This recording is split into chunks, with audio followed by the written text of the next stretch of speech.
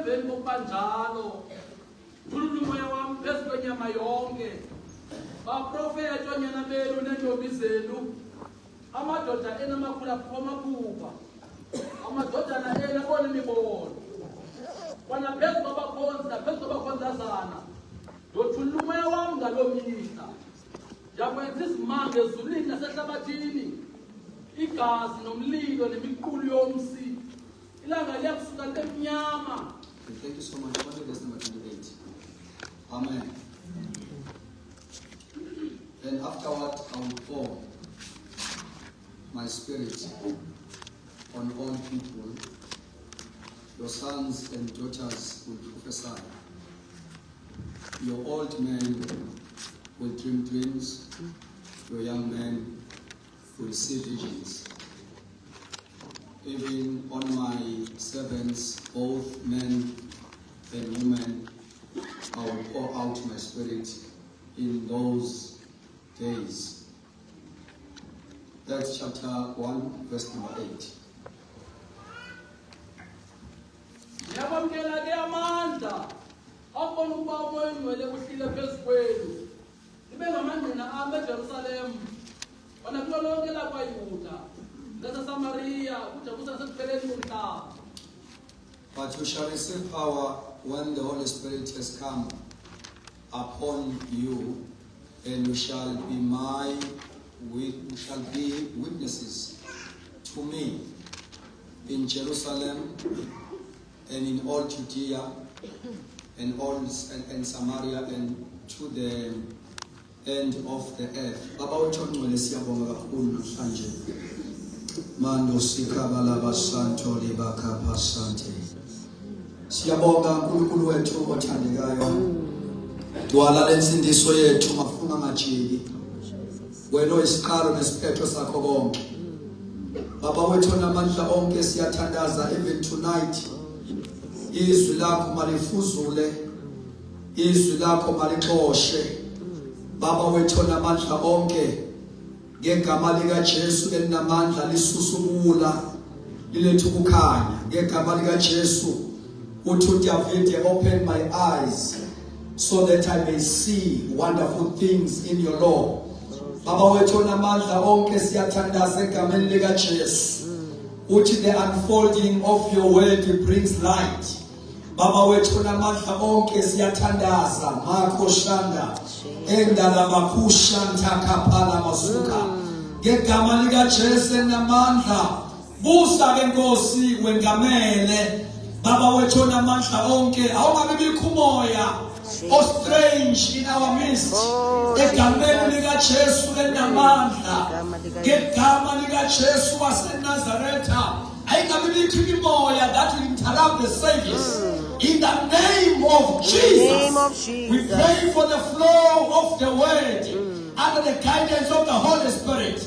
Ngegama lika Jesu namandla moya oyingcwele move as you like. Ngegama lika Jesu suffocate every agenda of the devil in the name of Jesus Christ. Baba wethu namandla onke siyachitha ngegama lika Jesu siyahlakaza zonke izimpi zokunyama imihlangano yonke esemkhathini ngegama lika Jesu we speak confusion in the name of Jesus ngegama lika Jesu namandla even the monitoring agents of darkness ngegama lika Jesu in the form of animals in the form of men ngegama lika Jesu we speak blindness in their eyes. Ngegama lika Jesu makoshada makata pakatola ngegama lika Jesu namandla release the fire,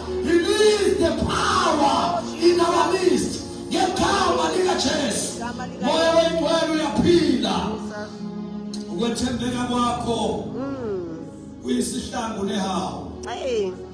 Ukwethembeka kwakho kuseyizukulwaneni ngezizukulwana. Baba wethu namandla onke khuluma nathi tonight. uNkulunkulu wethu namandla onke ulenzele igama lakho udumo in Jesus mighty name. Amen. Amen. Now kubekele emhlweni yami ukuthi kule nkonzo yabantu abasha ke sikhuluma ngale ndaba kaJoel, which is the prophetic move esikuyona njengebandla leyinsuku zokugcina. Hallelujah. Amen. Now la esifunda khona uNkulunkulu wambule uJoel umprofeti, wambula dispensation of the Holy Spirit in the last days. The prophecy of Joel points to a powerful move kaNkulunkulu eqale ngosuku lwePentecost, and iqale ke ngosuku lwePentecost iyoze ifike la khona uJesu ebuya back ukuzolanda ibandla lakhe.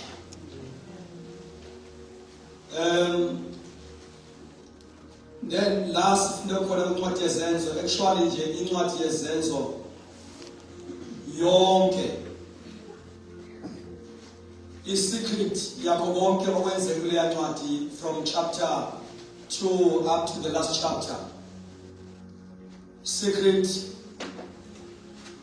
yokusebenza kaNkulunkulu in the book of Acts ikumoya oyingcwele noma isemsebenzini weministry enziwa umoya oyingcwele ebandleni. Umoya oyingcwele kwincwadi yezenzo is a central figure. Abapostoli, they were so intentional ngendaba kamoya ongcwele in such a way that even abantu uma ngabe besindiswa bekuba yezinto yokuqala ukuthi abantu ba-introduce umoya ongcwele before bazokwenza anything abangayenza njengabantu asebesindisiwe. Uma ufunda iBhayibheli uzobona i-intentionality yabapostoli when it comes to the Holy Spirit. They were so intentional. Nikhona bathandekayo? Amen. Ufuna ngambe nami ke namhlanje simove together. Uma ufunda kwincwadi yezenzo ku chapter 14, are all listening bathandekayo? Amen. Esibuke i-intentionality yabapostoli. Umoya ongcwele akazitshwa ngoba masimziba siyafa. Yila siphila khona. Izolo sithe alikho ibandla ngaphandle kamoya ongcwele. Amen. Alikho. I-outpouring kamoya ongcwele ngosuku lwePentecost, that was a formal establishment of the church. Alikho ibandla ngaphandle kamoya ongcwele. Amen. Futhi alikwazi ukuqhubeka operate ngaphandle komoya ongcwele. Amen. This message must be clear to the young people. This message must be clear to the church as a whole. Amen. We can't be effective. We can't claim to be the church of Jesus Christ without the Holy Spirit. Ibandla ngaphandle kamoya ongcwele is not a church.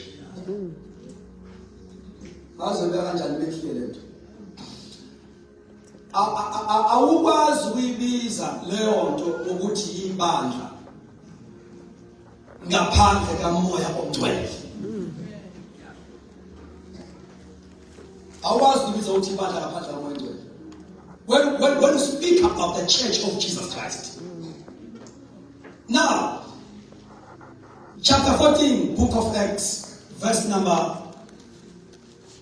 8, verse 14. Chapter 8, verse number 14. Ngizocela mhlawumbe ukuthi sizame mangabe sifunda iBhayibheli sibe fast bathandekayo. Lapha verse 14 mhlawumbe ake kufunde mina so that we can redeem time. Uthi to verse number 14. Now, when the apostles who were at Jerusalem heard that Samaria had received the word of God, they sent Peter and John to them. Say, well done now. Amen. Please move with me. Say, well done now. Now, you revive and Philip. Persecution. My band to Jesus also. From verse number 1, chapter 8. Which are those who were scattered, they went everywhere preaching the word. Amen. And verse 4 and Philip went down to Samaria and he preached Christ to them. Amen.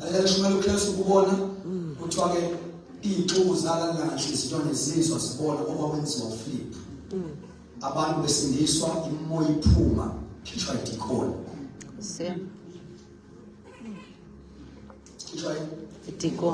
Idikoni uNkulunkulu wanikeza igrace yesithi yonke yaseSamaria. Like turn upside down. Because the early church was apostolic and prophetic. No umuntu engena umpostoli ngokweminute, but the mode of operation was apostolic. Amen.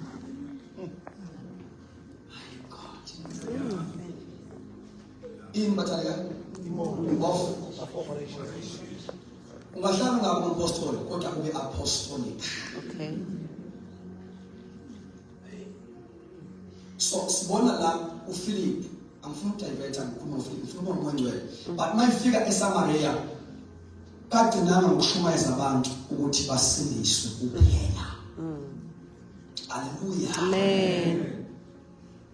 Kodwa ufika washumayela basindiswa abantu. Bantu befuna uRestos. Okay, verse 4. Tell verse 4 chapter 8. Tell verse 4. Bona ngoba bebezinsali bathutha ilizwe beshumayela indawo ezilungileyo zelizwi. Wehla ke uPhilip wayemzini naseSamaria. Wehla uPhilip owayekade ekhethwe naba-7. Wamvakalisa uKristu. Wamvakalisa uKristu upreach Christ kazange ashumayela tradition, kazange ashumayela Judaism, bashumayela Christ. You must raise such young people who knows how to preach the word. Bangashumayela itawe, bangashumayela ama-traditions esonto. Uthiwa you preach Christ to them. The early church was well equipped for ministry. Washumayela Christ continue qhubeka.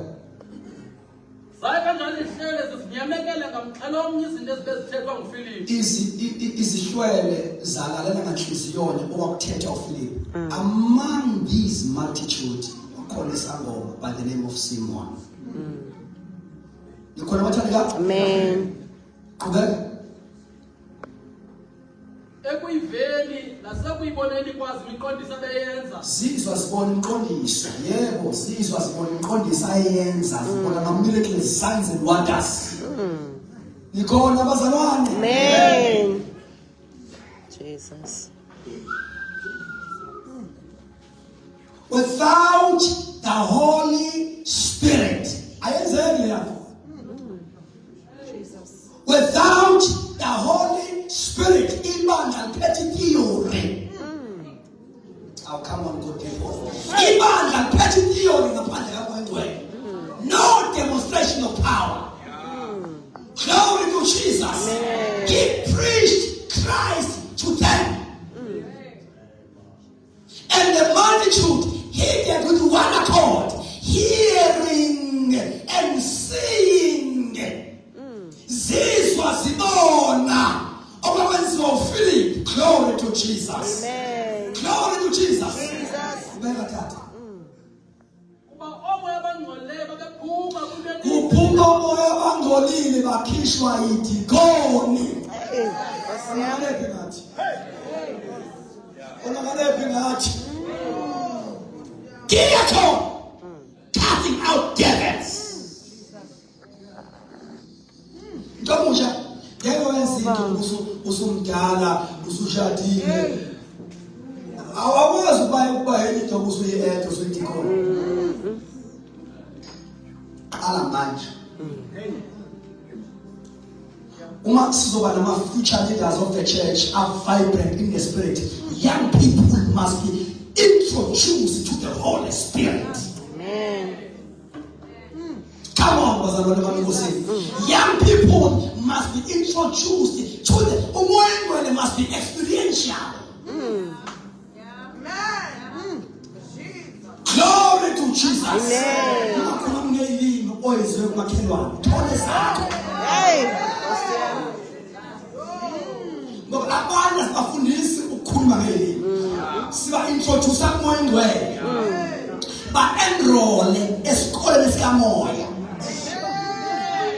In the school of the Spirit. Once by enroll and going where? Going to the first school. Again,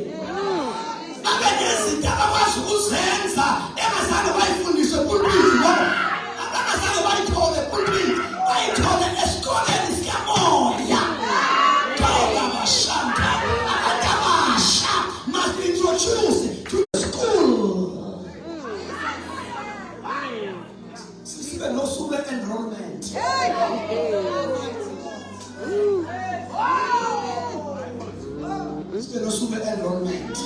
So enroll. But register is calling Scamo. God is the Donemusas. No matter sing. Oh yes, we are enrolled to the school of the Holy Spirit. Shout glory to Jesus. Glory to Jesus. Shout glory to Jesus. Glory to Jesus. All we need is Him. Amen.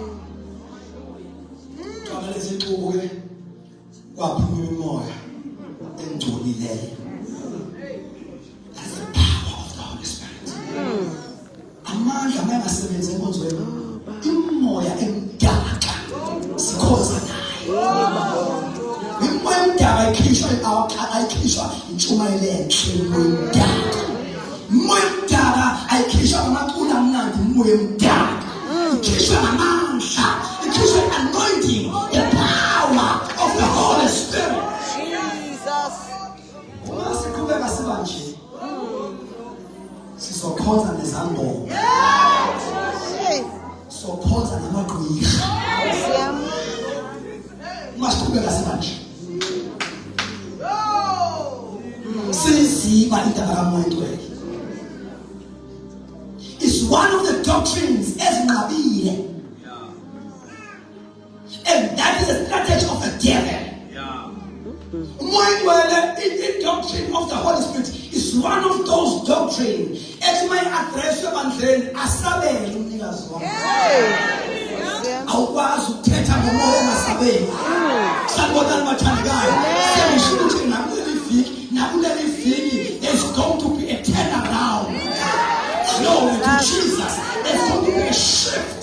All together. Amen. And the devil is a liar. Glory to Jesus. This is the day. I want to declare upon your life, John 2:28. It shall come to pass after this that I will pour my spirit upon all flesh. Your sons and daughters, they will prophesy. Your sons and your daughters. Jesus. Daughters, this is a prophesying generation. Jesus. This is a generation of signs and wonders. This is a generation of miracles. That's who we are. That's who we are. That's who we are. It's all about the turmoil. Glory to Jesus.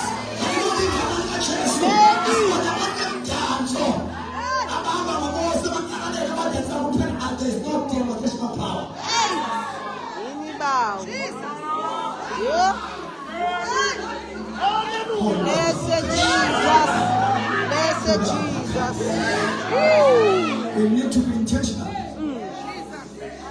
about the Holy Spirit. Hey, bow. We need to be intentional. Intentional. Now we're talking ngiyafisa ukuthi ofundayo ngathi ngafunda kwemali because njengoba silapha nje kukhona aba-overseas ababolela khona. You must get a full message, clear messages. Jesus was born. Amen. Jesus was born. Jesus was born.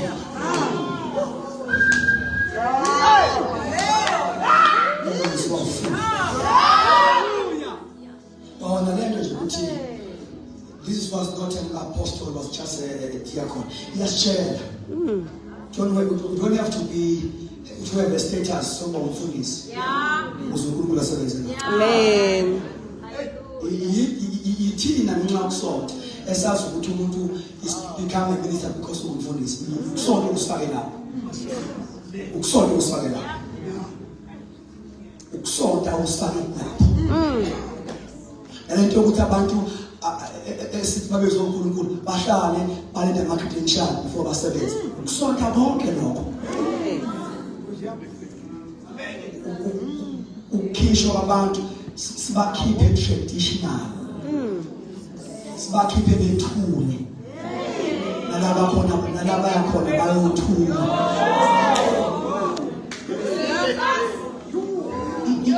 I-prayer meeting shows funeka isikhathi manje sesifike. Iphele indaba yoku-apply kusetshenzwe.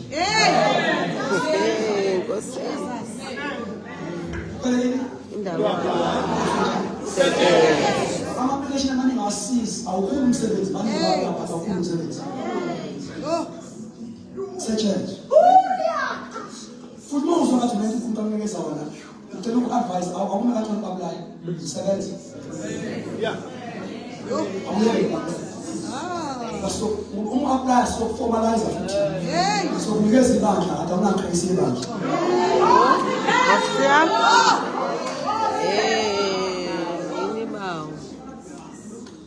Indaba abesifazane bethu abakwazi ukusebenza ngoba sazi ukuthi uNkulunkulu uzophatha ibandla.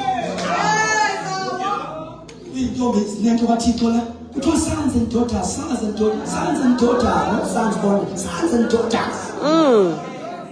Hey. Tradition isivalele sahamba umgudu wegundwane sacabanga ukuthi wonke umuntu obizwa uNkulunkulu kufanele anikezwe ibandla pastorisha.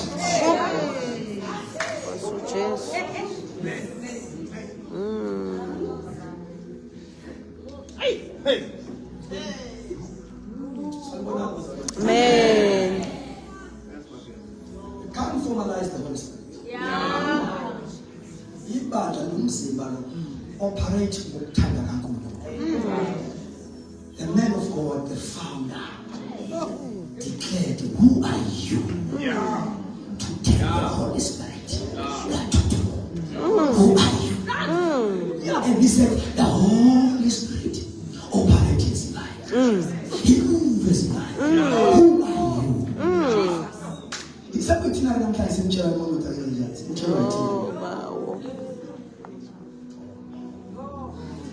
akulona ubizo lento yakho yokuthi uhlale ukuthi usunikeza ucredential bayivalile into yakho wenzani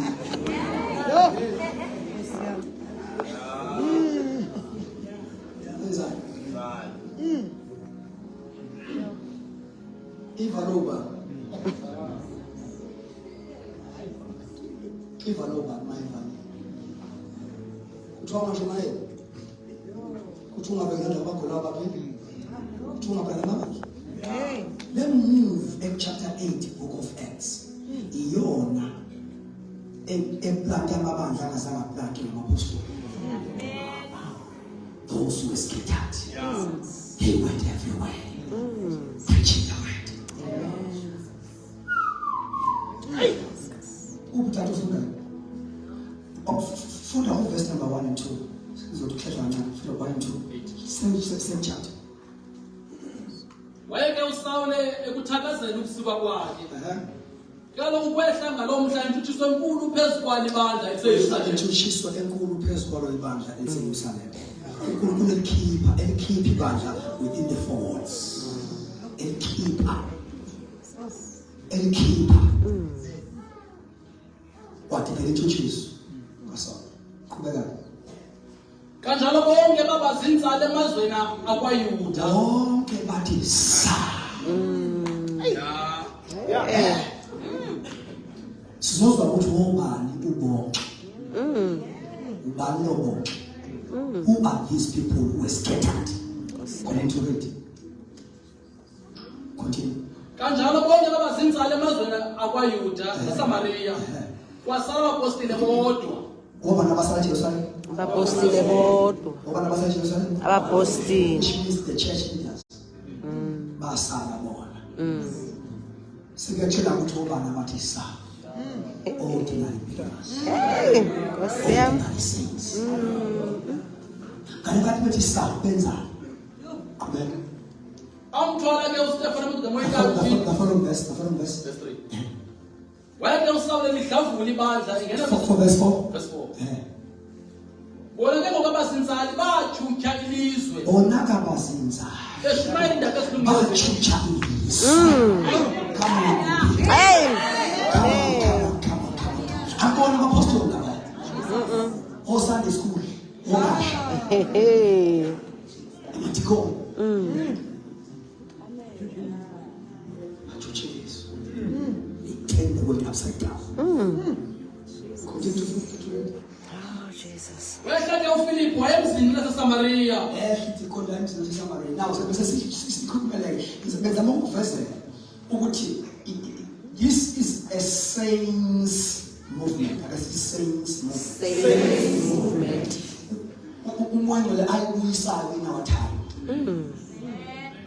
We are entering into a season ebizwa nge-saints movement. Amen. La uNkulunkulu esebenza khona ngama-saints, esebenza khona ngabantu aba-ordinary. Oh, Nkosi yami. This is a saints movement. La kusebenza khona abantu abangena-experience kodwa ngenxa yamandla aphelelwayo. Ngenxa yokuphila kwekhweli. This is saints movement. I'm only season. If very revival, I'm only revival yabantu abathile abaziwaba namagama. This is now umuntu oyilungu emzimbeni kaKristu. Saints movement.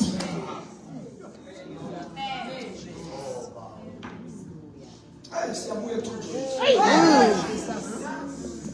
Oh, Jesus. Ay, siyabuye tuju. We're Labana.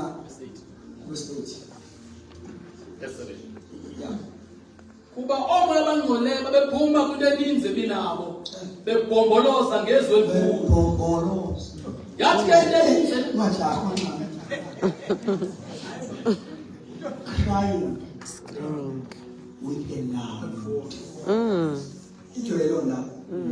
With a loud voice. Ungayiphumi indimoni ayizange ziphume silently. Zaphuma with sikhala with a loud voice. Yenziwa yindoda usho ukuthi elidikhoni lalingethuba loudly so.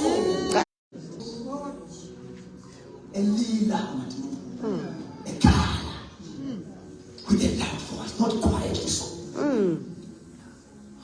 This man carried a very, very powerful anointing, and the miracles are upon him.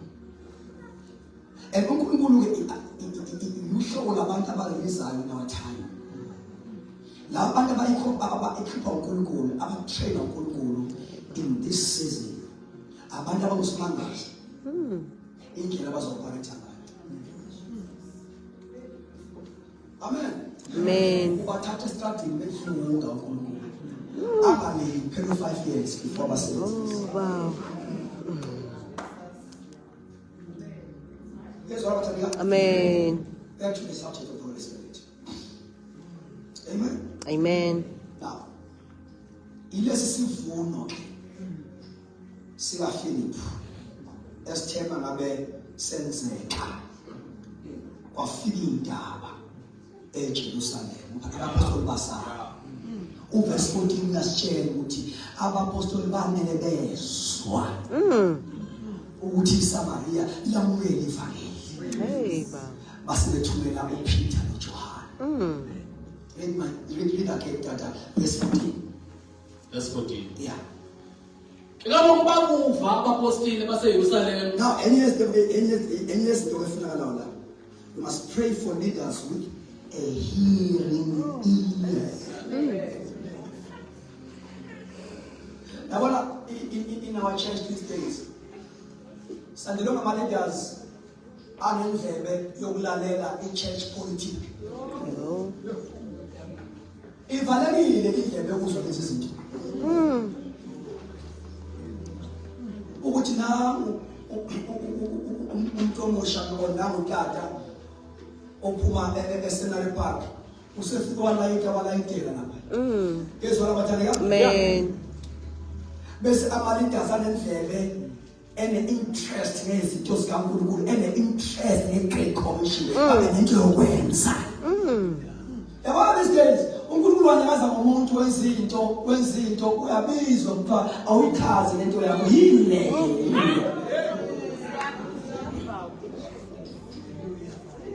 Uyibandla lelami ngabe ngqala phansi yonke into esenzayo. Sikhipha abantu abarongo kuma-position of leadership.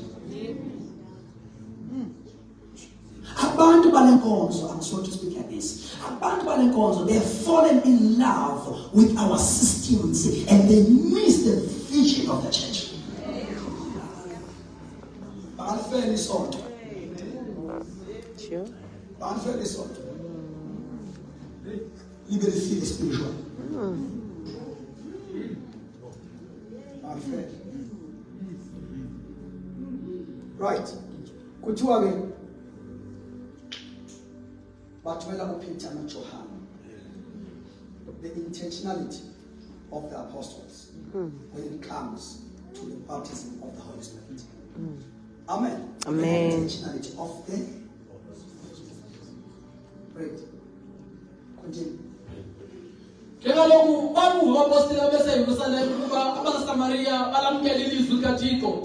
Bathuma uPetros noYohane kubo. Abathi bona bakuhla babathandazela ukuba bamkele uMoya Oyingcwele kuba ebengaweli namnye kubo. All right, ngicela singabe iclass esheshathana ukulalela. Amen. Ashithatha ukulalela. Kulinto ebalekile liyafisa. Bathumela uPeter noJohn ukuthi bayokhulekela these new converts. Amen. Amen. Ukuze bathole umoya oyingcwele. Yayizwida.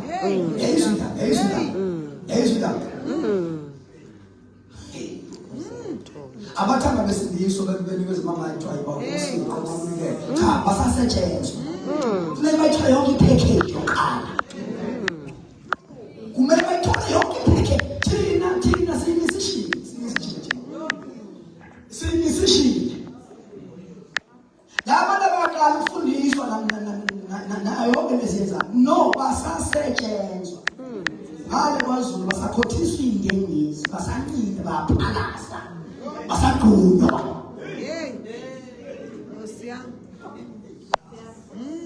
Bancindiswe zangasekho ingengisi. Baphalaza, baguma. Glory to God. Now, ukuze babakhulekele. Ukuze bathole umoya oyingcwele. Amen. Amen. Bayathagethwa abantu. Ngobaphathiswa kwaMangcwele. Ngezwa. Sibe nosuku lomlilo, sibe nosuku lwamandla, sibe Sunday yamandla. As from Monday sisilukuya. Ngoba sinesivuno sisibonayo sesibaningi abantu abakhona kodwa manje abakafikelwa lento. Sibe Sunday soyithageta. Sunday kamoya. It's a Pentecostal Sunday. Amen. As from Monday, we are teaching about the doctrine of the Holy Spirit. Sifundisa sizilukudla siyathandaza. Sunday, yathoba izulu. As from Monday, sifake inkuni nje lapha. Sifake inkuni siya prepare. Sunday siyalayita. Hey. Jesus. As from Monday, sifake inkuni. The doctrine. Who is the Holy Spirit? Who is him? Simkhane sifake inkulu. Kodwa mayishaya isandla esilayini. Uthehla nje. Praise Jesus. Seleyithola idoctrine. And you're the doctrine. Iprovoke ihamba kubo. Bakulambe.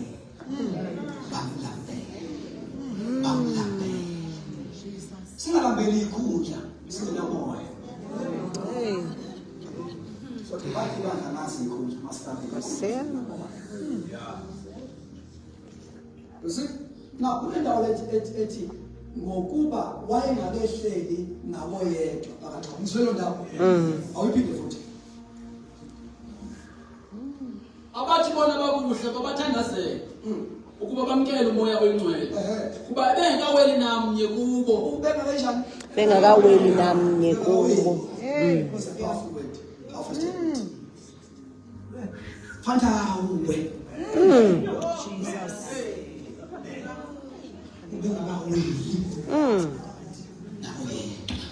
In church, Americans were able to identify abantu asebewelwe nabangawelwa. Bakuhlukane kwakwazi ukuhlukaniseka. Thina sebenza wonke umuntu ongakawelwa. Sifana ngoba sazi we don't bother ourselves. And kusho ukuthi makuthiwa ngokuba wayengakaweli nakwayedwa kusho ukuthi ayekhona ama-signs abakwazi ukubona ngawo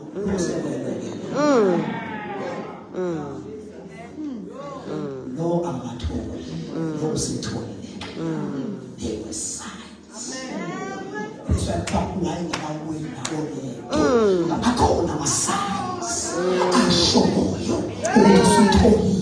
Amen. Jesus. Uma sizoba yibandla uNkulunkulu alambulele ungcolosi back to the Holy Spirit. Jesus. Back to the Holy Spirit. Now. The Holy Spirit was central. Yonke into eyenzeka kwi-early church was revolved around the Holy Spirit. So sikwaqala kubantu abaselakseliswa abapostoli. They make sure ukuthi baba introduce and indlela ababa introduce ngayo. Please give me an ear.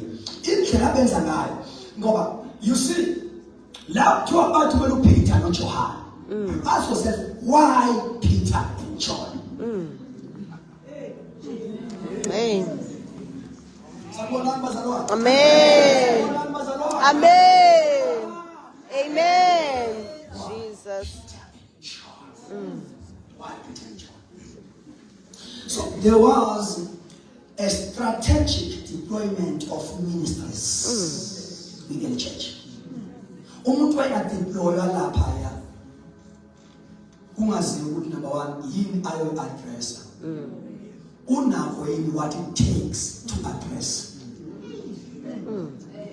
So let me tell you ukuthi yena babengathumela uPeter noJohn, babethumela i-ministry that is needed there.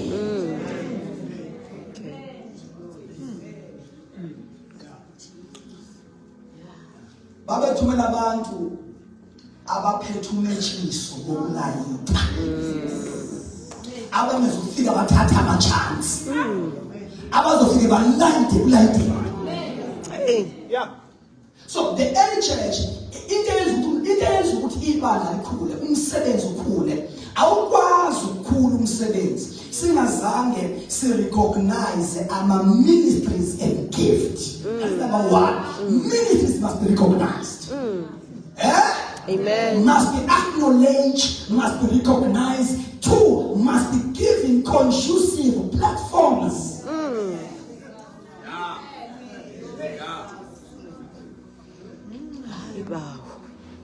Ayikindlu engakhiwa umuntu onesikini esisodwa. Le ndlela omoya siyona idinga onke ama-skills. Now, eLJS ibandla litshisiwe ke ngama-skills which are ministries, which are tools to build. Uma ethi Paul ku-Ephesians 4:11, he gave some. Akasho sonke? He gave some. That he is Jesus. Amen? Amen. So Jesus gave some, not all. Because these are leadership gifts. This is a church governance. He gave some to be apostles, prophets, teachers, evangelists, and pastors. The purpose is to equip the saints. Upon this rock I will build my church.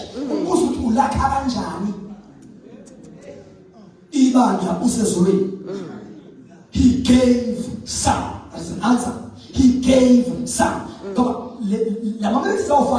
You are on camera office catches every operator now. So the matter these 5 ministries, the attention, the ministry catches. When you see the apostle, you see prophet, that is Jesus Christ building his church.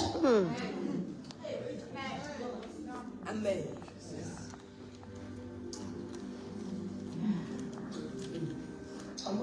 Amen. Amen.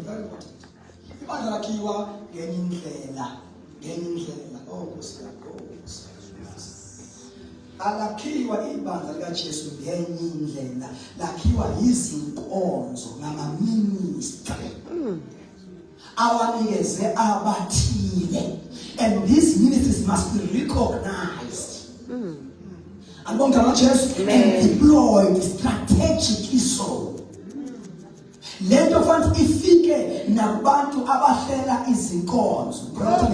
Njengoba silapha isenkonzo lehlelwe yi-youth, kufanele ukuthi ke nges-example bathandekayo nges-example kufanele ukuthi uma leyo group ihlela ifuna uku-addressa something, now we must look for someone onaleyo grace yena esifuna ukuyi-addressa. Asicela uZulu ngoba eyi-popular preacher, sifuna umuntu onento isidingo sethu. Amen. Jesus.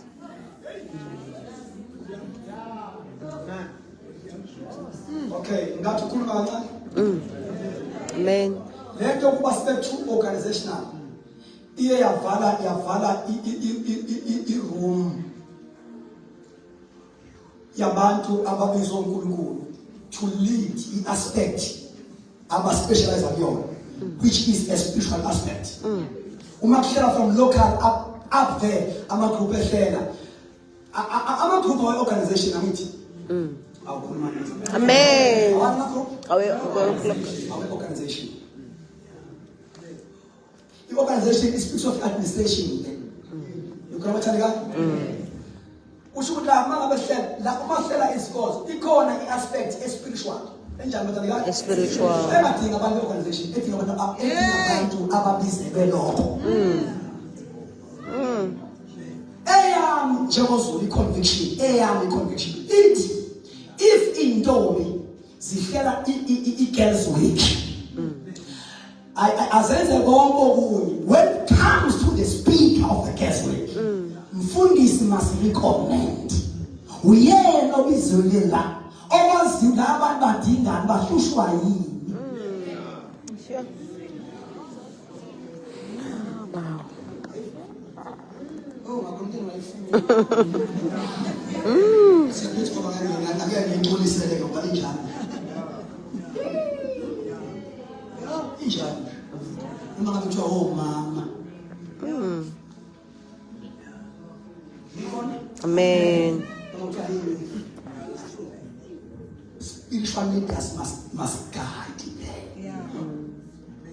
What is it that is needed? Amen. Yes. Now, strategic deployment of ministries. They send Peter and John. Amen. Amen. Grace impartation. So from time to time, we always need people who will normally do these things. You see, let the umwandwele kuyisipho esi-generational leli yifa lenu nelabantwana benu. Yelenu nabantwana benu. So it is generational. So uPaul mayifika eEfeso kwincwadi bekhonza bekhonza beqhubeka nenkonzo wabuza umbuzo ukuthi njengoba nikhonza kanjena nje nami nakholwayo nje namthola umoya baphelile abantu abahlupha ngalokho Abantu abahluphayo lo mbuzo. kwanda abantu abathanda akwenziwa kanje la ayi akwenziwa kanje baphelile abantu abagade izinto ezisustaina i-spiritual life of the church basala abantu abagade inqubo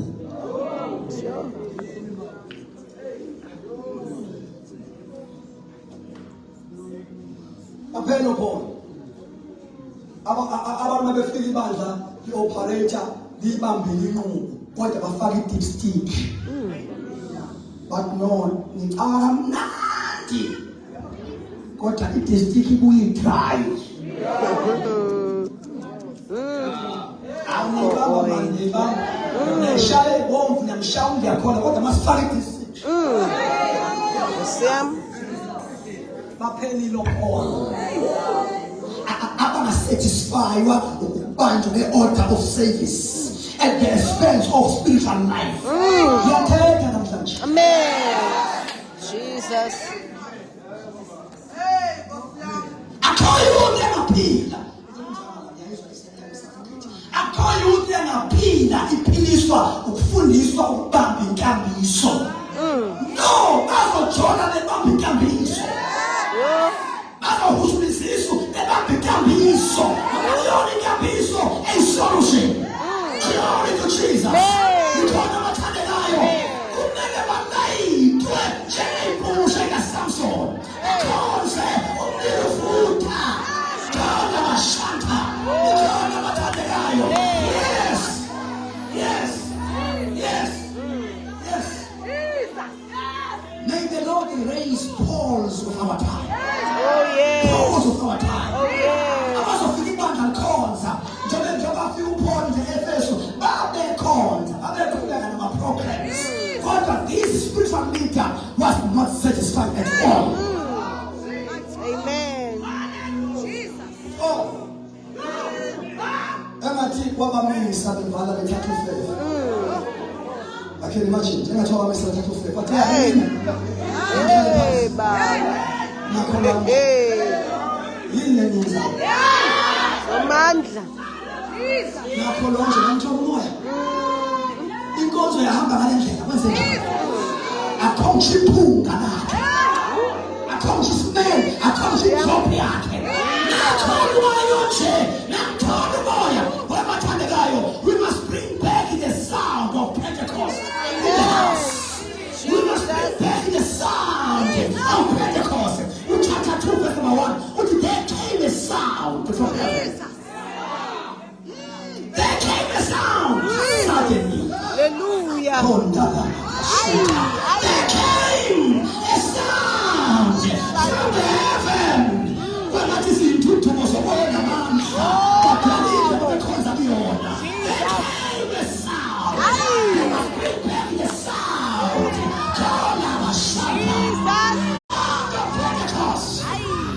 The sound of Pentecost. Don't sound. The Pentecost. Don't Shigoma. This sound. The Pentecost. We must hear the sound of Pentecost. We call it a Tanagayo. We must hear the sound.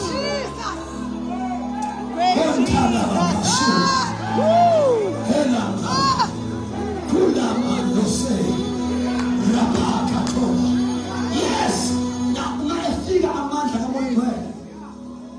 Now, moves sound.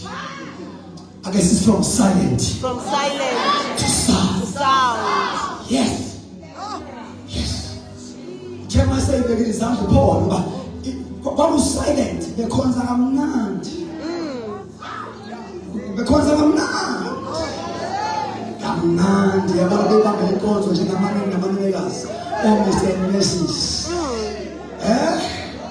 Yeah, from January to December. Maphumikozo bathatha ama-pictures. You know? Yeah. Kodwa mayisebeka izandla phezu kwabo khona abathandekayo kuthiwa bakhuluma ngelimi ezintsha baprofetha kwezwakala isound ye-Pentecost. Now kwabuya inkonzo engavaleki. Angiyizwa kahle ukuthi njalo always simasho ithombe ayikho alukho umsuku la sibakhona singazi